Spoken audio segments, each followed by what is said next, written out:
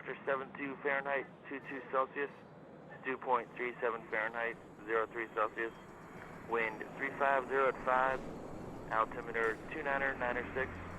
Relative humidity 26%. Pressure altitude 3900. Density altitude 4700. We all wish that we were born knowing what our calling was, and that thing that we wanted to be was the most fulfilling thing in the world for us. And we all sort of stumble through our lives trying to discover what that is, and we get little bits and pieces and tastes of what that high is. Yet these guys go to work and they experience it every single day. The romantic idea, if you will, of one soldier or one warrior meeting another one on a battlefield, and one of them walks away alive and the other one doesn't, goes back for centuries, and it's mano a mano. That is VFC-13. That's what we train to. That's how we live our lives.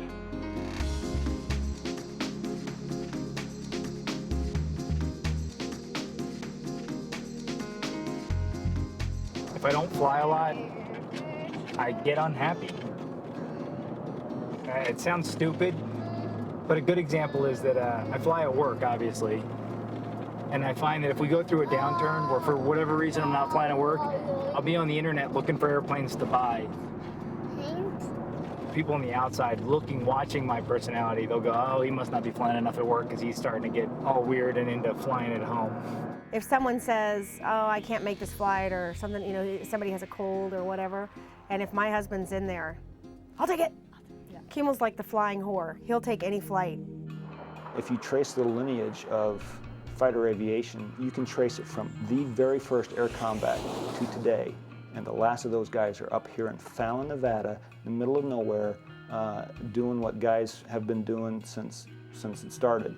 And when we go away, it's gone. And I don't think you can bring it back.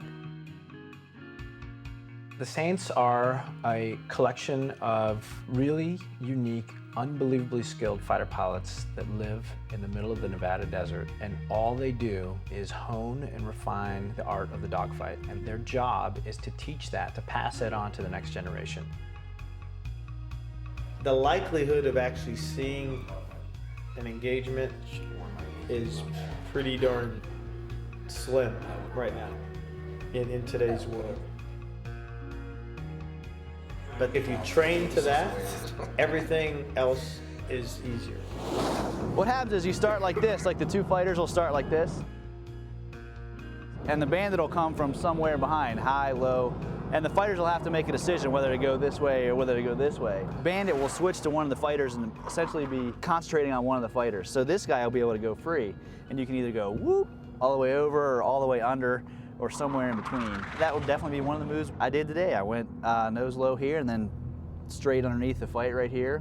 My mask flew off, and then Monty shot Gino. Okay, I got a buggy rolling on me right now. Breaking left, breaking left. I'm doing cabs right now. I'm fine. That's what I do. You could have a 20-minute 1v1 with one of these guys. It'd be totally just dripping in sweat and just thoroughly exhausted after 20-30 minutes. You know, you pop the mask off and you're just pouring out sweat from your mask. Would you say some of the best fighter pilots in the world are here? In 13, yes. I'll put money on it. A lot of what we do in the bogey adversarial world is we're instructors. So we teach people how to dogfight. My objective is not to go out and beat somebody else. My objective is to make them a better fighter pilot. We take cryptic type notes as he comes around. So he'll be arcing down here. And the idea is that you're just trying to take snapshots in time of the big things that happen in the fight. From that point, it jogs your memory. You can start piecing the whole thing back together again. The joys of teaching somebody and the satisfaction that you get from making somebody better. And for me, it's not making somebody better at their job or making somebody better at their hobby. It's making somebody better at something that's going to provide value for this nation. In between Korea and Vietnam, dogfighting went away, then Vietnam happens. Robert McNamara, who was Secretary of Defense in the early 1960s, even came out and publicly said that the days of the dogfight are over. The Navy had stopped training to dogfighting. That is the main reason we got our ass kicked. We are a Navy adversary squadron. We fly old Air Force jets that were designed in the 60s and built in the 70s. They're F-5s, and we fly them because they almost exactly simulate former Soviet Union aircraft called the MiG-21. We're a sinister-looking airplane. We have foreign-looking camouflage. We've got red stars painted on our tails. So the Saints are a throwback. We fly the most difficult mission in the least appropriate aircraft for it today. These guys come out here and they just work these little jets like there is no tomorrow. They're just a league of their own. Guys come from their fleet squadrons and they think, you know, I'm a shit-hot fighter pilot. I've been flying fighters for years and I know how to do this. I'm top of the game, you know. And they come and all of a sudden they try to fly F-5s and they get their ass kicked. And they realize it is a really difficult airplane to fly well. I've flown so much red air. I've controlled like countless numbers of aircraft from B-52s to F-16s to F-15s. To come here and have some guy tell me I can't fly a 1v1 the appropriate way, I'm just like, okay, I'm definitely biting my tongue. I'm cool in the gang. Let me ask you something. You guys gonna tell me? But then, once you start failing flights, then you're really like, oh, dude, you presume to tell me, the great pot roast, that I am fucked up below the Saint standards? You gotta be fucking kidding me. Well, were you? Yes. He'll come home and, you know, he'll just say, God, it was just, you know, it all just clicked. It was so perfect. It was so fulfilling. It was a beautiful day. There were no clouds. You know, we flew over Tahoe. We saw the snow-capped mountains, and I gunned the F-18. Good, honey. I'm glad you had a good day. I worked on 3 presentations. My computer crashed 5 times. Every day when you're married to someone who does this, you can't think about it. If I think about every day that when he leaves the house is the last time I'm going to see him, I couldn't function. You can't function like that. But you can't leave the house angry at each other either. I'm sorry, I'm going to cry. You have to treat each day like it's the last time, because they could, you know, be head first into a mountain the next day. You don't know, because their job is so risky. But at the same time, if that's the way he goes doing what he loved, and I can't really, you know, worry about that all the time, or I honestly couldn't make it through the day.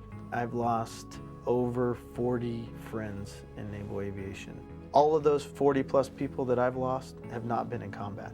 Every one of them has been from just flying around here. We've all got a lot of friends that aren't with us anymore. It's something that in some ways is kind of a gift, because it gives us a perspective on our own mortality that most people don't have. As you get older and older in aviation, you go from I'm afraid of everything to I'm getting pretty good at this, I'm afraid of nothing, I am bulletproof, I am God, to oh my God, I've had too many close calls, to I'm afraid of everything. Just good luck. I can't imagine anything else on the face of the earth that blends both the cognitive challenge with the physical challenge. I mean, to think of something and then to be able to physically maneuver your airplane where it has to be, it's an amazing blend of both the mind and the body. Your legs are tightened up trying to force the blood back into your abdomen. You're struggling trying to get oxygen into your system. You'll take what little strength you have and switch the oxygen switch to full oxygen just to hope that it gives you a little extra oxygen to your body. You're twisting around and contorting your body in ways that you can't possibly imagine, lodging your head into various parts of the cockpit just so that you can keep sight of what's going on, and you're doing this all under 6 Gs. You know you're flying, and you know you have to stay focused, and you have to do the job, because if you don't, you'll die. I respect them, you know, what they had to learn, what they had to go through to get there. Ray, will you just say what you mean? Jesus. I hate them with every fiber of my being. A bunch of self-centered assholes. Cocky, lazy sons of bitches. First of all, you have to have like cool sunglasses. You gotta have a huge watch. My watch is pretty tiny. I take a lot of heat for that because it's just tells time. That's it. You know, it's practical. That's all. It doesn't have any diamonds on it. It doesn't have a Tomcat on the second hand that ticks around. You know, like ooh, it's a Tomcat. Like, they can't just be fighter pilots, so they have to, like, let everyone know that they're fighter pilots as well. Okay, 103 down. He was practicing landings, and I was down with the landing signal officers watching him land. And when he was done doing his last landing, he put that F-14 into afterburner and went straight up in the air, and he said over the loudspeaker, "I'll see you at home, honey." And I remember hearing that and looking at that jet going up and thinking, wow, to see him like manning that jet and just taking control of it, it's just like, and it's so powerful, and you hear the roar of those engines, and it just rumbles you, you know, in the places you like to be rumbled.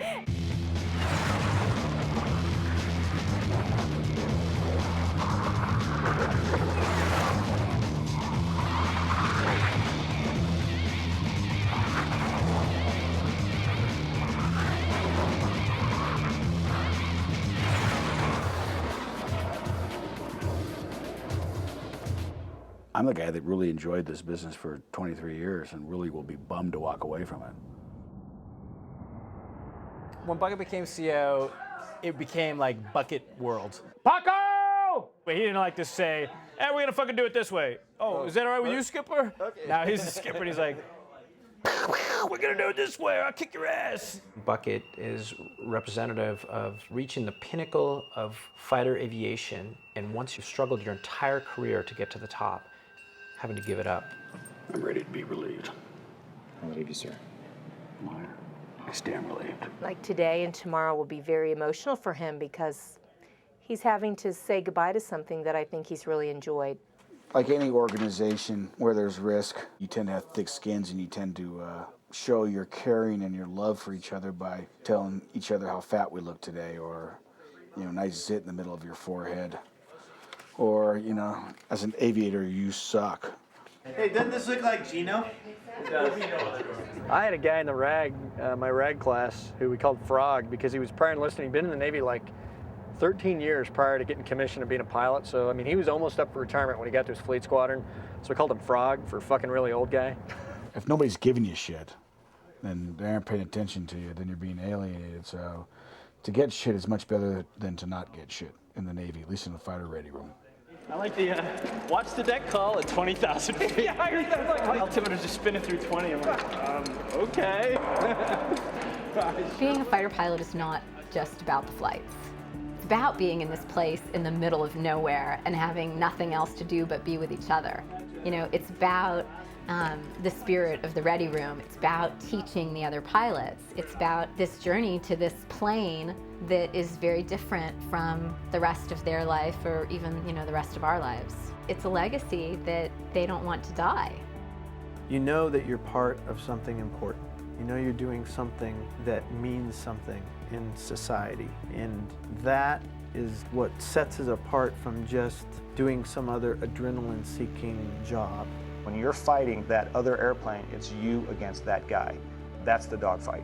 We are the last ones in the Navy to train to that almost exclusively. To this day, I've been doing this for 17 years, I still dream about flying. I still dream about what maneuvers I'm going to use the next time I go up and how to perfect them and how to get better and which ones I'm weak at and want to work on. I still have those dreams in my sleep. I'll wake up and think, oh my God, I was just dreaming about, you know, a dogfight, dreaming about flying. And when I give it up, that's all I'm going to have left is these dreams.